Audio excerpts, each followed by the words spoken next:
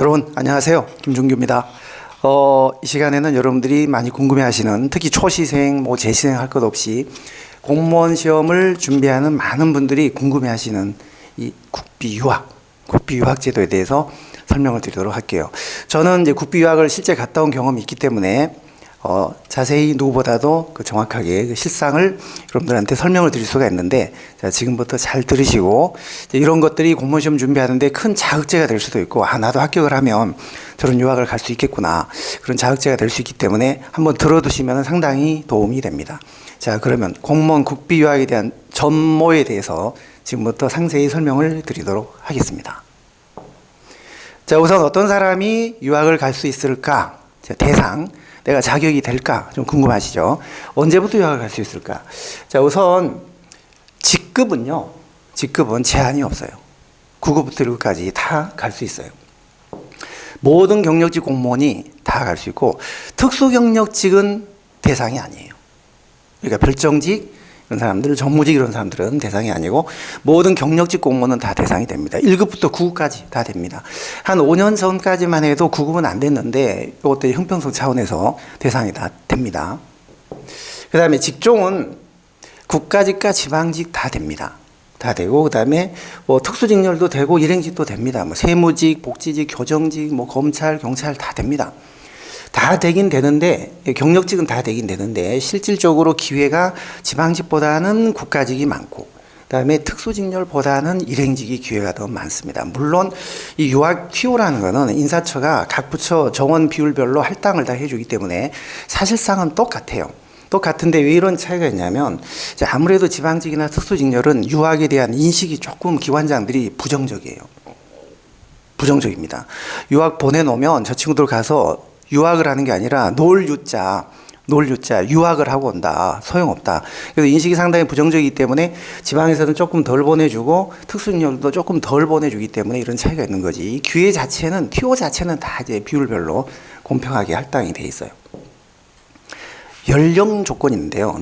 너무 나이가 많으면 못 갑니다. 나이 어리다고 안 보내주는 건 아닌데, 나이가 너무 많으면 아무래도 가서 어학도 해야 되고 하니까 좀 어렵겠죠. 그래서 선발 연도 기준, 누구 유학을 보내기로 이렇게 선발하는 그 연도를 기준으로 해서요, 만 48세 이하라야 돼요. 넘으면은 안 돼요.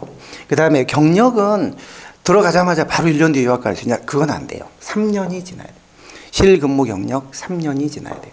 그리고 학력은 제한이 있냐? 원칙적으로 학력 제한은 없는데 이제 국비 유학을 보내주는 게 이게 석사를 보내주거든요. 석사 과정을. 그러니까 국내 4년제 대학 졸업장이 없으면은 갈 수가 없는 거죠. 그 대학에서 그걸 요구하니까 못 가는 거예요. 결과적으로 학사 학위를 소지하고 있는 사람들만 갈 수 있습니다. 흔히 여러분들이 저한테 질문을 많이 하시기를, 자, 선생님, 공직이 들어가면 학력이 무슨 영향을 줍니까? 이렇게 물어보는데, 영향 안 주지요. 안 주는데 이런 혜택을 못 받으니까 사실상 불리한 거예요. 그래서 공무원 시험 준비하시면서 휴학을 많이 하고, 여러분들이 합격을 하시면은 복학을 안 하고 그냥 공무원 생활로 들어가는 경우가 있는데, 이런 혜택을 받으시려면은 졸업을 하시는 게 좋아요. 어떤 방법으로든지 졸업을 하시고 공직생활 하시는 게 좋긴 좋습니다. 국내 대학원이나 국비유학이나 이게 석사 과정을 보내주거든요. 그 다음에 어학 조건이 있는데요. 영어를 너무 못하면 안 되겠죠. 영어를 너무 못하면 안 되겠죠. 그래서 어학은 일정 점수 이상 받아야 돼요. 입증이 돼야 돼요. 근데 그게 선발 연도를 기준으로 해서 2년 이내 성적이라야 됩니다. 너무 오래된 성적은 안 되고, 그러니까 유학을 생각하시면 계속 이제 토플이나 이런 시험을 보셔서 2년 이내 성적을 유효하게 유지를 하셔야 되는데, 어학 성적이 어느 정도냐, 엄청난 수준을 요구하느냐, 그렇지는 않습니다. 그렇지는 않고, 어학 조건이 토플, 토익, 탭스, IELTS 이 네 가지가 이제 해당이 되는데, 영국 같은 경우는 주로 이제 IELTS를 많이 요구하잖아요. 토플, 토익, 탭스, IELTS. 자, 토플은 560점, 옛날 그 토플 방식으로 600점 만점에 560점 이상이에요. 요즘과 IBT, 요거는 120점 만점에 83점 이상. 그렇게 높은 점수는 아니죠. 토익은 775, 탭스는 700, IELTS는 6.0. 이게 10점 만점이던가요? 6.0 이상. 요 정도면 되니까 그렇게 아주 높은 점수는 아니고, 조금 공부해서 여러분들 시험 보시면 이거 토익 775, 토플, RBT 83점 이상은 거의 나오잖아요. 쉽게 나오잖아요. 그러니까 이런 정도 요건을 일단 갖추어야지 유학을 갈 수 있는 대상이 됩니다. 자, 그러면 직급별로 실제 9급 출신들은 얼마나 가고 5급 출신 얼마나 가는지 실제 그 선발 현황을 한번 보시면요. 차이는 없지만 5급 고시 출신들이 제일 많이 가요. 실제 지금 선발 비율을 보면 한 60% 정도. 그 다음에 7급이 한 30% 정도. 7급 출신들이.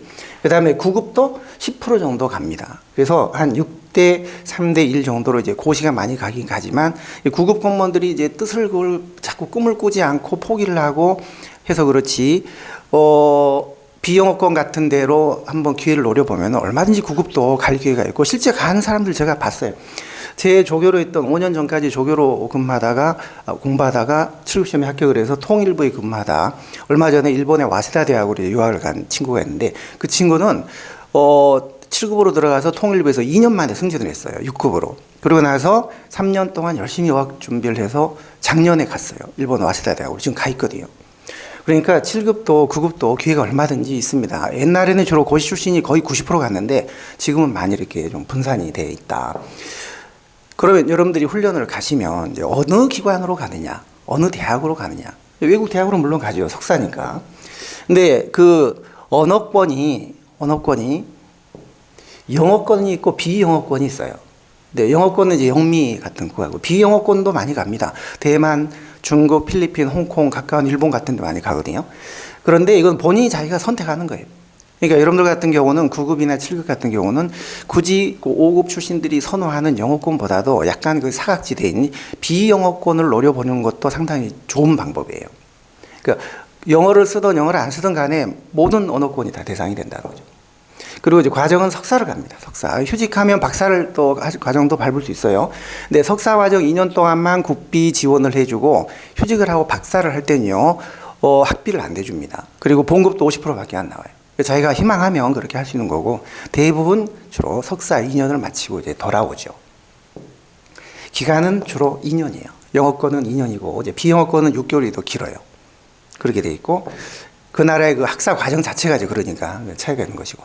자, 그러면 여러분들이 유학을 가시면은 어떤 혜택을 받냐? 여러분들이 제일 궁금해 하시는 게 이거잖아요. 어떤 혜택을 받냐? 어떤 지원을 받냐? 자, 우선 학비는 전액 지원을 해줍니다. 아예 학비는 우리 정부에서 그쪽 학교 계좌로 바로 입금을 해줘요. 여러분들한테 주는 것도 아니고 학비는 전혀 여러분들이 걱정할 필요가 이제 없으신 거죠. 체재비가 생활비인데요. 생활비가 봉급의 한 1.2배, 주로 이제 하이직 때 가면은 한 봉급의 한 1.2배, 약간 직급이 높아질수록 조금 더 줘요. 품위 유지 차원에서 뭐 더 필요하다. 그래서 그런지 모르지만 1.5배 정도. 그러니까 생활비를 봉급 말고 별도로 줘요. 그러니까 봉급도 주고 생활비도 준 민간 기업체 같은 경우에 해외 연수 보내면요 학비만 대주지 생활비 안 줍니다. 봉급으로 생활을 해야 돼요. 원래 국내에서 공무원들이 봉급 받으면 그걸로 생활하잖아요. 근데 유학 특별히 갔다 그래서 봉급도 주고 생활비를 줄 이유가 없는데 공무원 국비학은 이걸 준다고요. 그래서 굉장히 엄청난 혜택이에요. 여러분들 유학 가시면은 뭐 공부하고 이렇게 하느라고 특별히 뭐 친구들 만나고 어울려서 술 먹고 이럴 시간도 없고 하니까 주로 돈 별로 쓸 게 없어요. 쓸 게 없어서 주로 이제 체재비, 생활비를 다 쓰지 못해요. 집세 내고 임차료 내고 이렇게 하다 보면 체재비도 좀 남고 보험급은 전액 강제 저축이 됩니다. 강제 저축이. 그래서 옛날에 공무원들이 주로 이제 전세로 살고 가난하게 좀 살다가 유학을 갔다 오면은 그 유학 갔다 와서 이제 집을 산다. 이 돈이 모여서 봉급이 모여져서 집을 산다. 그런 얘기가 있는데 때로는 부부 커플 공무원이 있거든요. 두 부부가 함께 유학을 가면은 이제 두 사람한테 다 이게 나오니까 집 두 채를 산다. 그런 얘기도 있었어요. 그런 정도로 공무원들은 봉급도 주고 따로 생활비, 체재비를 준다. 항공료 전액 지원합니다. 항공료. 배우자, 자녀까지. 배우자, 자녀를 다 데리고 갈 수 있어요. 그래서 체재비를 주는 거거든요. 그런데 항공료는 비즈니스는 아닙니다. 비즈니스는 아니고 이제 이코노미. 그 다음에 의료보험료는 전액. 아파서 뭐 저기 병원 입원해 치료했다든지 의료보험료를 낸 경우라면 전액을 지원해주고 보험급도 거의 다 줍니다.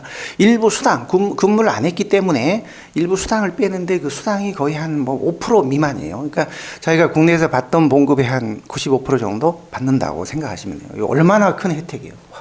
학비, 체재비, 항공료, 의료보험료, 보험급. 자, 그러면 어떻게 국비 유학 가는 사람은 부처에서 선발을 하냐. 옛날에는 그렇게 경쟁이 치열하지 않았는데요. 지금은 조금 치열해졌어요. 이게 워낙 혜택이 크다 보니까 이제 9급, 7급 출신을 또 다 이제 생각을 하고 하니까 좀 경쟁이 생겼는데 일단 본인이 부처 내에서 신청을 해야 돼요. 저 유학하겠습니다. 물론 실근무 경력이 3년이 지나면 신청할 자격은 다 있죠. 그런데 우리 공무원 사회라는 게 그렇잖아요. 우리 정서가 자 작년에 지금 이미 나보다 위에 있는 선배들도 가지를 못하고 있고 기다리고 있는데 내가 3년 됐다 그래서 저 갈게요라고 하면 그게 되겠습니까? 이거 공직에서 흔히 그걸 또라이라고 하잖아요. 그러니까 그런 거는 안 되고 자 작년에 선배가 나보다 1년 선배가 올해 지금 유학을 가게 됐다. 그러면 아 나는 내년쯤에는 갈 수 있겠구나라는 묵시적인 룰이 형성이 돼요. 그렇게 했을 때 가야지 신청을 해야지 안 그러면 욕을 많이 먹어요. 일단 개인적으로 부처 내에서 신청을 하고 신청하고 나면 이제 부처에서 선발을 하는데요. 이제 누구를 보낼까? TO 정해진 TO 범위 내에서 이제 선발해야 되거든요. 5명이 TO인데 10명이 신청했다면 어떡할 거예요? 선발해야죠. 어학 성적을 기준으로 선발하고 각 부처에 국외훈련심의위원회라는 그 위원회가 구성이 돼서 거기서 경력하고 의학을 가지고 선발을 합니다. 그럼 너 가도 좋다 이렇게 선발이 되잖아요. 그러면 개인적으로 이제 외국 자기가 가고 싶은 대학에 어플라이를 해야 돼요. 어플라이해서 어드미션을 받아야 됩니다. 이미 가 있는 선배들이 다 있어요. 부처마다 다 있기 때문에 그 이제 알아봐서 시라큐스 대학교에 내가 가고 싶다 하면 거기 가 있는 선배가 다 있습니다. 그리고 또 자기 부처 없으면 다른 부처 선배라도 다 알선을 해줘요. 인사처에서. 그럼 그 선배랑 이제 컨택을 해가지고 제가 가려고 하는데 어플라이를 했습니다. 어드미션 나오면 저 좀 뭐 도와주세요 하면 전부 다 뭐 흔쾌히 다 도와줍니다. 도와주고 또 다음 1년은 또 도움을 받고 자기도 그렇게 해야 되거든요. 그래서 이제 어드미션을 받으면 자 어드미션 받았습니다. 시라큐스 대학교 가기로 됐습니다. 저처럼 영국 버밍엄 대학이 이제 어드미션 왔습니다. 하면 인사처를 이제 보내서요. 인사처가 이제 보고 심사를 최종합니다. 그래서 이제 가라라고 결정이 되면은 이제 가는 거예요. 자 그런데 외국 대학에서 보통 이제 어드미션을 줄 때 어떤 걸 주로 요구하냐? 대학마다 약간의 차이가 있지만 거의 대동소이해요. 3가지인데요. 3가지. 어떤 걸 요구하냐면 어학 성적을 우선 요구합니다. 각 대학이 요구하는 성적이 다 있어요. 대학마다 전부 다르죠. 뭐 하버드 같은 데는 600점 만점에 옛날에 보면 580점 이상이었어요. 그리고 그 어학 성적이 미달이 되면은 조건부로 어드미션을 주는 경우도 있어요. 자, 당신 어학이 조금 딸리니까 한두 달 여름방학 때 빨리 와서 보통 가을 학기잖아요. 시작이. 한두 달 빨리 와서 우리 랭귀지 코스를 밟아라. 그런 조건부로 컨디셔널 어드미션을 주는 경우가 있습니다. 근데 우리 대한민국 공무원들이요. 사람들을 영어 잘하는 편이에요. 잘합니다. 이 듣는 게 조금 약해서 그렇지. 듣는 게. 말하고 자기가 의도하는 걸 말하고 그 다음에 읽고 쓰고 하는 거는 다 잘해요. 논문 쓰고 하는 건 아무 지장이 없어요. 그리고 이제 유학을 갈 때 보면은 자녀들 데리고 이제 아빠가 딱 가잖아요. 처음에 갈 때는 아빠가 좀 영어를 좀 잘하니까 아빠가 여기서 나갈 때는 또 그 나라에 들어갈 때는 맨 앞에 서요. 그럼 뒤에 부인, 자녀들이 쫄쫄쫄 따라오거든요. 근데 이제 2년 유학 끝나고 돌아올 때는 아빠가 제일 뒤에 서요. 왜냐면 어린 아이들이 훨씬 영어를 잘해. 어린 아이들 뒤를 쫄쫄 따라오게. 아빠는 가서 자기가 연구하는 그런 분야에 대해서만 연구를 했지 일상 다른 사람하고 부딪히면서 생활 영어를 하거나 그런 건 아니었잖아요. 근데 어린 아이들이 훨씬 더 잘해요. 처음에는 적응을 못 하는데 한 일주일만 지나면 자기들끼리 웃고 뒹굴고 놀고 훨씬 더 잘합니다. 그 외국 그 학교에 같이 공부를 시키니까요. 그 아이들 어학도 온 가족이 어학 실력이 팍 늘어서 오는 거예요. 유학 가면. 일단 어학 성적을 요구하고 두 번째가 리서치 프로포설이에요. 연구 계획서인데 너 여기 오면 뭘 연구할 거니? 이걸 물어보는 거예요. 그러면 리서치 프로포설을 A4 용지 한 5장 정도로 작성을 해서 유학 갔다 온 선배들한테 한번 봐주세요라고 하면 그 선배들이 좀 고쳐주고 합니다. 그런 정도 해서 이제 국외훈련심의 심사를 거쳐서 근데 자기 업무하고 좀 연관된 분야라 해야 돼요. 예를 들어 나는 일행직인데 뜬금없이 그냥 교육정책에 대해서 난 연구하고 싶습니다. 이런 건 아무래도 이제 인정이 안 되겠죠. 그러니까 자기 하는 업무하고 조금 연관돼. 예를 들어 내가 환경부에 근무한다면 뭐 환경정책, 영국의 환경정책에 대한 연구를 하겠습니다. 이렇게 하면 되는 거예요. 그런데 3번째가 재정보증서예요. 재정보증서. 자, 이거는 학비를 댈 능력이 네가 있냐 없냐, 누가 보증을 해주냐라는 걸 증명하라는 거죠. 근데 이건 정부가 아예 발행을 해줘요. 정부가. 이제 최종 가기로 선발 대상이 확정이 되면 어플라이 할 때 이걸 발행을 다 해줍니다. 그러니까 이 세 가지가 보통 외국 대학이 요구하는 그 어드미션 조건인데, 여러분들 이 세 가지 중에 외국 대학에서 뭘 제일 신경 써서 보겠어요? 뭘 보겠어요? 의학 잘하는지? 뭘 연구할 건지? 관심 없어요. 별로 관심 없고, 이 친구가 여기 와서 정말 학비 못 내고 어디 가서 뭐 접시 닦고 알바하고 뭐 자기네들도 지금 구직난이 심각한데 유학 가가지고 그런 거 할까봐 그거 걱정이 되는 거지. 요거 의학 연구 계획서 이거 관심도 없어요. 우리는 정부는 재정보증서를 딱 해주니까 외국 대학에서는 엄청 뭐 환영하는 거죠. 그래서 공무원 유학은요, 어드미션 받는 게 그렇게 어렵지 않습니다. 국내에서 선발되는 절차가 조금 더 어렵지, 일단 선발만 되면 외국 대학이 어드미션 받는 거는 크게 어렵지 않아요. 이게 제일 중요한 서류거든요. 이게 재정보증서. 뭐 국가가 부도날 일은 없잖아요. 자, 그러면 이제 선발이 됐어요. 출발했어요. 들어갔습니다. 어떻게 거기 가서 그 정말 이국 만리 타양에 가서 가족들과 함께 정착을 할 것이냐 걱정되시죠? 걱정 하나 하실 거 없어요. 어떻게 되냐면 먼저 간 선배들이 다 도와줍니다. 집도 장만해 놓고 임차해 놓고 자동차도, 거기는 자동차가 다 있어야 돼요. 그런 걸 굴리라고 차제비를 다 주는 거거든요. 가족과 함께 가기 때문에 차가 없으면 되게 불편해요. 공무원들의 품위유지 차원에서 그래서 차제비라는 걸 주는 거예요. 주로 주택을 이제 장만하고 자동차, 중고차, 비록 뭐 새 차는 아니지만 사서 선배들이 미리 다 해줘요. 가서 자기가 돈 주면 돼요. 1년은 자기가 도움을 받고 그 다음 1년은 후배들한테 도움을 주는 그런 식으로 쭉 연결이 돼요. 그리고 배우자 자녀도 동반이 가능. 그러니까 처음에 A라는 선배가 만약에 딱 가면 자기도 그 전에 선배한테 도움을 1년은 받고 1년은 도움을 줍니다. 그리고 자기가 또 B에 갔어요. 그러면 1년 동안 도움을 또 받고 그 다음 1년은 후배 C한테 도움을 주는 거예요. 그럼 C도 마찬가지. 나한테 도움을 받고 1년 뒤에는 또 아래 후배한테 또 도움을 주고 이런 식으로 쭉 연결되도록 이렇게 장착하게 되도록 시스템이 돼 있고 부처에서도 이걸 다 알선을 해줘요. 그러니까 벌판에 가서 여러분들이 이거 유학을 하는 게 아니에요. 옛날에 그런 에피소드가 있었습니다. 프랑스에 유학 간 우리 선배 하나가요. 딱 이제 그 컨택을 해서 그 선배가 이제 집도 사놓고 준비해놓고 차도 준비해놓고 다 이제 해놓겠다. 그리고 공항에 내가 픽업 갈 테니까 네가 가족들 데리고 오면 자가 내가 픽업해서 집에 딱 넣어줄 테니까 너는 아무 걱정하지 말고 그냥 오기만 해라. 내 전화번호 하나만 알면 돼. 그렇게 하고 이제 갔어요. 가서 밤 11시에 추운 초겨울에 가족들과 함께 새 가족을 데리고 이제 파리 그 샤르 드골 공항에 도착을 딱 했네요. 해서 공중전화 박스에 들어가서 전화를 딱 했어요. 선배한테. 그랬더니 결번이라는 거예요. 결번. 야, 그 선배 전화번호 하나 달랑 알고 그 선배만 믿고 가족 데리고 왔는데 밤 11시 초겨울 추운 연락이 안 되는 거예요. 그래서 그 전화 박스 안에서 온 가족이 부둥켜 안고 밤새 울었다는 그런 얘기가 있는데요. 그건 아마 농담이었을 거예요. 에피소드였을 거예요. 아마. 자, 그래서 이런 식으로 도움을 받고 주고 하는 체제로 정착을 하게 됩니다. 그러니까 정착하는 과정은 큰 어려움이 없어요. 자, 공무원 유학 가 있는 동안 신분은 어떻게 되냐? 휴직이냐? 뭐냐? 기본적으로 파견입니다. 파견. 국가적 사업을 지원하거나 개인의 능력 발전을 위하여 필요한 경우에 파견을 할 수 있도록 법에 돼 있잖아요. 국가공무원법에. 그래서 별도 정원, 자기가 간 자리에 그 정원을 별도로 보고 다른 사람을 또 채울 수가 있어요. 2년 끝나고 가면은 또 다른 사람 또 유학 가고 또 채우고 그 자리가 별도의 정원이 있는 것처럼 인정이 되는 파견 형태가 됩니다. 그리고 소속도 원래 자기가 거기 있었던 원 소속 기관의 소속으로 계속 있어요. 봉급도 거기서 받고 체제비도 거기서 받아요. 그리고 유학이 끝나면은 다시 원대 복귀도 그 부처로 합니다. 그러니까 소속이 바뀌는 건 아니에요. 그러면 유학을 갔다 왔어요. 갔다 와서 의무가 전혀 없냐? 옵션이 있어요. 옵션이 있는데 예를 들어 유학 갔다 와서 바로 뭐 근무하지 않고 그냥 먹튀 해버리면 안 되잖아요. 석사학위 받고 박사학위 받고 와서 연구원으로 어디 연구기관으로 먹튀를 해버렸다. 그러면 안 되잖아요. 그래서 훈련 지원을 받은 기간의 2배는 근무를 해야 돼요. 그러니까 2년을 유학 갔다 왔으면 4년을 근무를 해줘야 돼요. 저 같은 경우도 4년을 근무를 했어야 되는데 저는 못하고 그 먹튀를 했거든요. 그래서 저는 좀 물어냈습니다.